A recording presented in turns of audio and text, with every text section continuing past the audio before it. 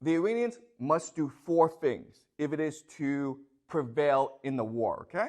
And this is what we call the Iran strategy matrix. The Iran strategy matrix means that from now on, everything they do must fit into the strategy matrix, okay? It must accomplish the objectives of the strategy matrix. So the first thing it must do is unite the population, okay? Second thing it must do is build alliance. And the third thing is win global opinion. And the fourth is weaken the enemy, okay? So in other words, everything that Iran is going to do from now until the actual invasion will be to accomplish all 4 goals at once. And it must if it is to survive a full-scale American invasion, okay?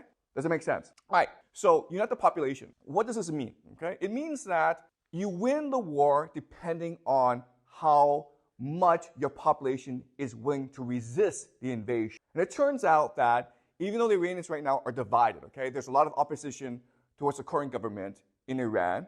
As some of you know, there have been some protests over the past few years, women protesting for more rights in Iran, okay? So there's a lot of division in that country. But I think that most Iranians would resist an invasion. And the reason why is that the Iranians have a very bad history with Western, okay?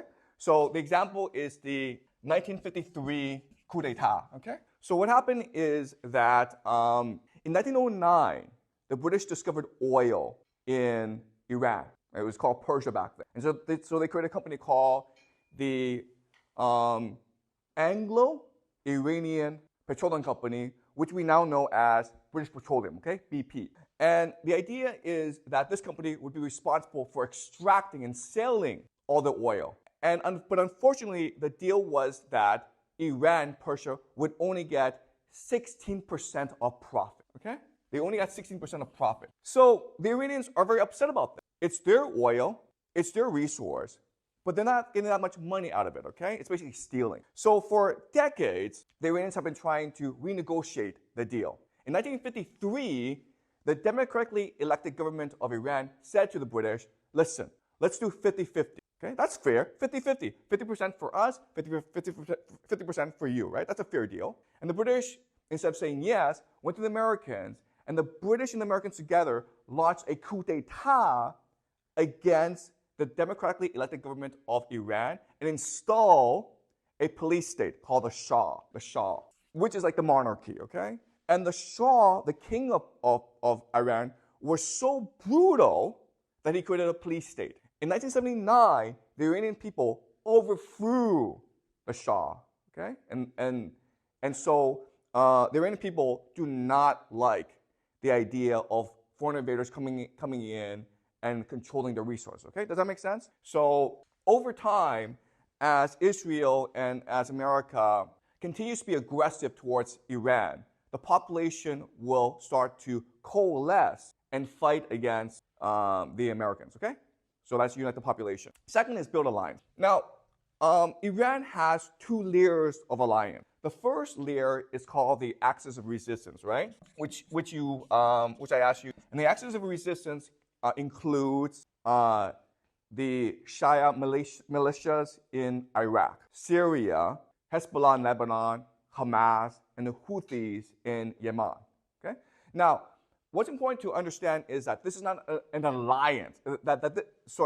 What's important to understand is that this is an alliance. Okay? They agree to fight together because they have common interests, which is to remain independent of American influence. But that does not mean that Hamas, Hezbollah, and Houthis take orders from Iran. Okay?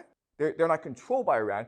Iran supports them militarily and financially, but Iran cannot completely control their behavior. Okay, so the example is on October 7th, Hamas launched an attack against Israel, right, which resulted in this war. And Iran says we were not involved, and Israel says that can't be true because you control Hamas. So that's the first layer of alliance. But what Iran needs to do if it is to win the war is also bring in Russia and China. Okay? Russia wants the United States to fight Iran. Why? Yeah, but true, to distract and weaken the United States, and also to move the attention away from Ukraine, right? Does that make sense? Because Russia is about to win the war in Ukraine. And if there's a war in Iran, then the United States will be forced to divert resources away from Ukraine into Iran, okay? What would Russia bring to the table? Russia would probably not deploy soldiers, okay? But what Russia would do is say to the United States, when you invade Iran, you are not allowed to use tactical nuclear weapons. You understand? Russia would say that, hey, United States, if you use nuclear weapons against Iran, we will use nuclear weapons against you, okay? So basically, Russia would limit the military options of America in a war, which would be of tremendous benefit and advantage to Iran. Okay, does that make sense? China needs to help Iran. Why? What does Iran have that China really needs? What does Iran have that China really, really needs? It really needs. China's economy needs what? Oil, right? So basically, China can afford for the United States to take over both Iraq and Iran, because then it can control the energy supply to China. Okay, does that make sense?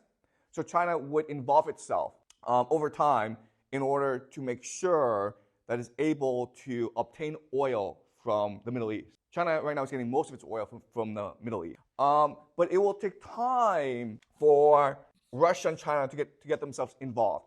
For Russia and China to get themselves involved in this conflict, Iran must prove two things. What are these two things? What must Iran show to China and Russia in order to get China and Russia involved in this conflict? If you're China and Russia, you're an investor, right? Why will I invest in you, Iran? Why? Exactly, okay? So the first thing is we will fight. Second thing is we will win, okay? So this will take time for Iran to prove this to Russia and China. And the more that Iran can show it can win, the more that China and Russia will invest in Iran, both financially and militarily and politically. Okay, does that make sense? Okay, so this will take time. And the third thing is win global opinion. So how will Iran win global opinion? What's happening right now that's helping Iran win global opinion? What's happening in the world right now that is helping Iran win global opinion? Or why is the world becoming more supportive of Iran? What thing is happening right now that is outraging or angering the world? What's happening right now? What's Israel doing right now that is outraging? Yeah, Gaza, okay? So this is really important for Iran. It must maintain the world spotlight on Gaza, okay? Because what's happening in Gaza, it's basically genocide, right? Where the Israelis are committed to solving the Palestinian problem once and for all. And that basically means removing the Palestinians from Gaza. They can go to Egypt, they can go to Jordan, it doesn't matter, okay? But the Israelis want them out of Gaza, okay? And so this will go on for many, many years. And as long as the attention is on Gaza, then people will become much more sympathetic towards Iran over time. Okay? If you've been following the news about America, there have been major protests at Yale and at Columbia and other universities about what's happening in Gaza, okay? All right. And the last is weaken the enemy. Okay, so what does this mean? It means that when the United States invades Iran 2 years from now, 6 years from now, but when it does so, it wants to build a large coalition of forces, okay? Because then it gives itself legitimacy, right? So this coalition will consist of NATO, Middle East countries, right? And Israel, Saudi Arabia, many, many countries. And what Iran needs to do is create conflict and dissent in this coalition, okay? And the way it does that is by building up internal dissent, okay? Does that make sense? There are many people, most people in America do not support a war against Iran. And so Iran needs to encourage this internal dissent, okay? It can also create conflict between NATO and the United States, okay? Because obviously, America will want NATO involved in its invasion of Iran, but why would France and Germany want to involve itself, right? Okay, does that make sense? So these are the four major goals of Iran, and it must accomplish all four goals if it is to survive an invasion, okay? So from now on, everything that Iran does will be to accomplish all four goals, okay? And this is part of asymmetrical warfare. Does that make sense? All right. Now let's look at a concrete example. And the concrete example is Operation True Promise. Why did Iran design Operation True Promise the way it did? And the answer is to accomplish all 4 goals, right? The first is unite the population. And the idea here is Iran needed to show its population that Iran can strike back against Israel. So that's the first thing. Build alliance. Striking Israel is showing its allies and to China and Russia that Iran is willing to fight. Okay? Win global opinion. Now, what Iran said is, we designed the strike to not cause damage in Israel. And the reason why is it wants to win global opinion, right? If it throws all these missiles and rockets at Israel and it kills a lot of people, then there'll be a lot of people sympathetic towards Israel. So the attack was designed not to cause any casualties. Okay, does that make sense? All right? And if you are an observer, you think that what Iran did was right because it's a sense of fairness and justice, right? What Israel did was wrong. It attacked an embassy of Iran in Damascus. That is against international law. And Iran, to save face, to pursue justice, threw some rockets at Israel. So most people think that Iran's response showed restraint, and it was a measured response. Okay, does that make sense? All right. And the last thing is weaken the enemy. Why would this weaken the enemy? Well, because after Iran attacked Israel, Israel wanted to show a strong response. Okay. The reason why is that Israel has a policy of disproportionality. So Israel is committed to disproportionality. So what does that mean? It means that if you kill one Israeli, they'll come and kill about 100 of you, 1,000 of you, okay? If you throw one rocket at them, they'll throw 1,000 rockets. And the idea here is deterrence, right? To make you afraid of Israel so you would not dare to think to attack Israel, okay? So when Iran attacked Israel for the first time, by the way, this is the first time that Iran has attacked Israel, then Israel was committed to a disproportionate response. Who stopped Israel from a disproportionate response? Who? Yes, why? Why would the United States say, Israel, do not strike back disproportionately? Why would the United States do that? Yeah, okay. So the United States cannot afford right now to fight another war. And also, if the United States were to fight a war, it would have to do so by itself, okay? NATO would not involve itself. The Middle Eastern countries like Saudi Arabia, UAE, Jordan would not involve themselves either, okay? So the United States had to restrain Israel, and so this is creating conflict between Israel and the United States, okay?